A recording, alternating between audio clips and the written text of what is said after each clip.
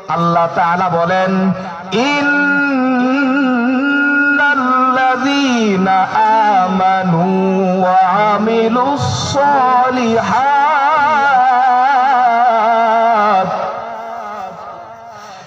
ইন্নাল্লাযীনা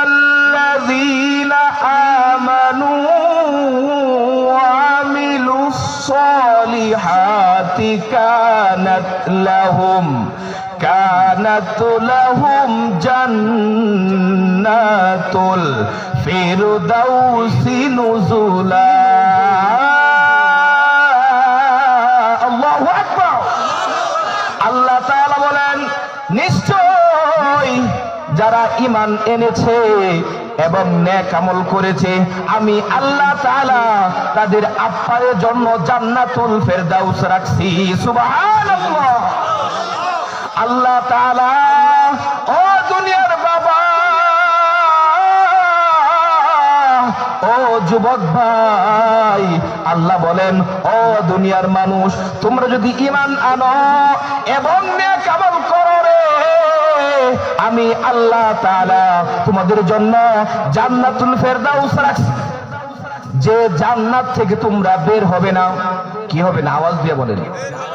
যে জান্নাত থেকে তোমরা বের হবে না, ওই জান্নাতের মধ্যে তোমরা সারা জীবন থাকবে। জান্নাতের আলোচনা অনেক লম্বা, ওইদিকে যাবো আরেকদিন ইনশাআল্লাহ সময় হইলে। মুহতারাম হাজিরিন, যে কথাটা আমি বলতে চাই, ইন্নাল্লাযীনা আমানু,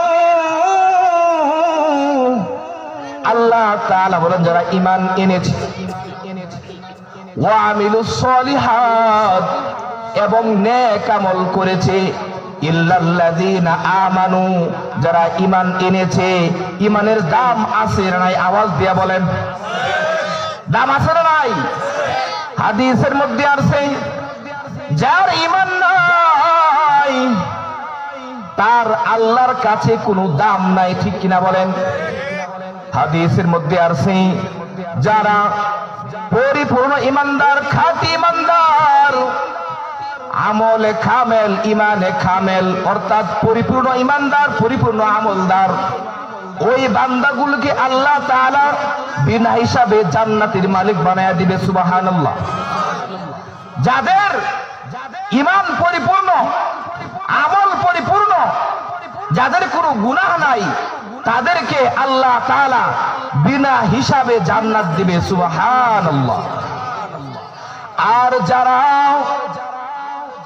দুনিয়ার মধ্যে গুনাহ করেছে, কবিরা গুনাহ করেছে, কিন্তু তওবা করে নাই, কি করে নাই? আওয়াজ দিয়ে বলেন, তওবা করে নাই, আল্লাহ তাআলা কাল কিয়ামতের ময়দানে তাদেরকে শাস্তি ভোগ করার পরে জান্নাত দিবে। সুবহানাল্লাহ। আরেক প্রকার মানুষ আছে, যারা বিনা হিসাবে জাহান্নামে যাবে। কোথায় যাবে? বিনা হিসাবে জাহান্নামে যাবে। হাদিসের মধ্যে আছে,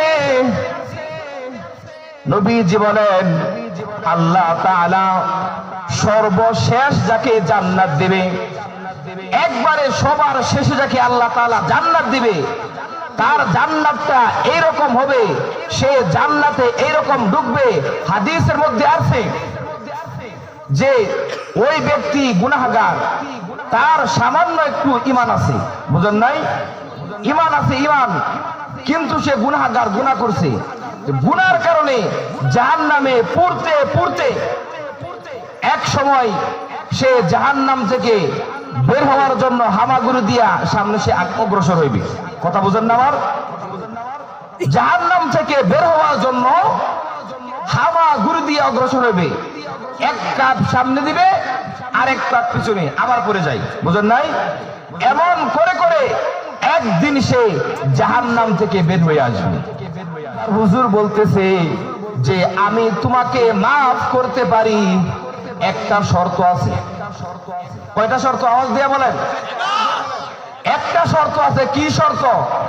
বাদশা বলতেছে, আমি তোমাকে মাফ করতে পারি, আমি তোমার জন্য দোয়া করতে পারি, তুমি যদি আমাকে তোমার সম্পদের অর্ধেক সম্পদ যদি আমার নামে লিখে দাও তাহলে আমি তোমাকে মাফ করতে পারি।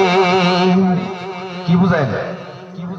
যার পেশাব চালু হয় না হে সম্পদ দিয়ে কেরবো নাকি বলেন? এই আওয়াজ দেন না কেন, ঠিক কিনা বলেন? আপনার পেশাবই আসে না, কিরকম জ্বালা বুঝেন না, ধরলেই তো বোঝা যায় নাকি বলেন?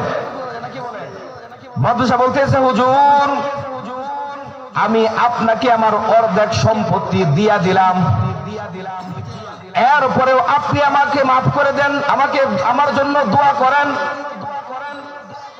এই কথা বলার পরে হুজুর ওই বাদশার জন্য দোয়া করছে আল্লাহ তাআলা যেন তার পেশাব চালু করে দেয়।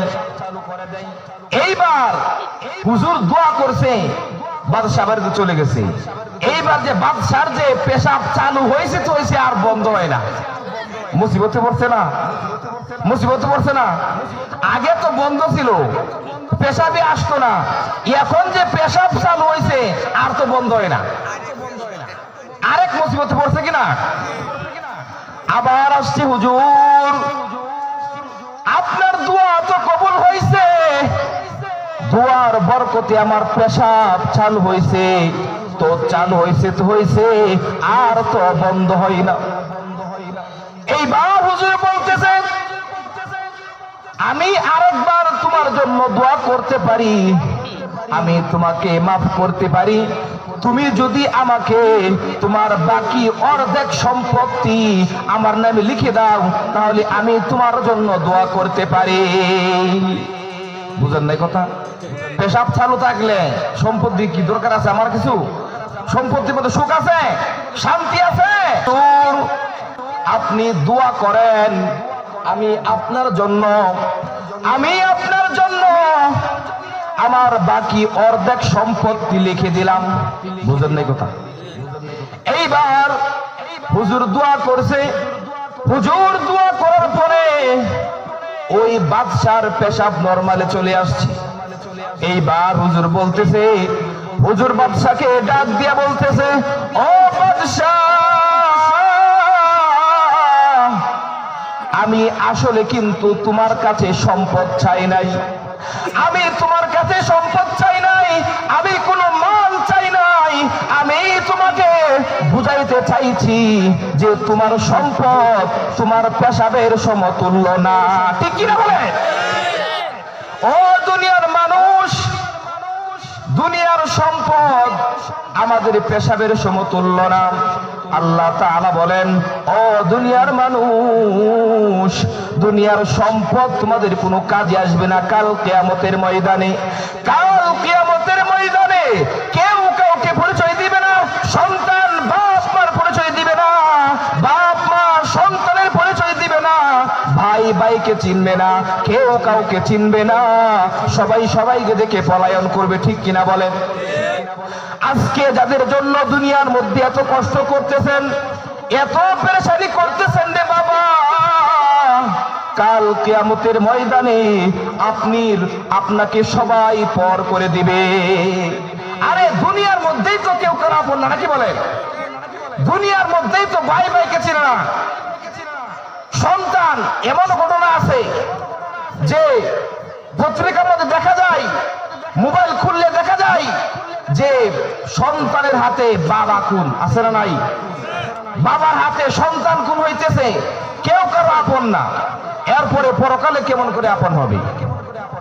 হাদিসের মধ্যে আছে, আমরা সকলেই জান্নাত চাই কি চাই না? আওয়াজ দিয়ে বলেন, জান্নাত চাই কি চাই না? জান্নাতে যেতে হলে আমাদেরকে আমল করতে হবে।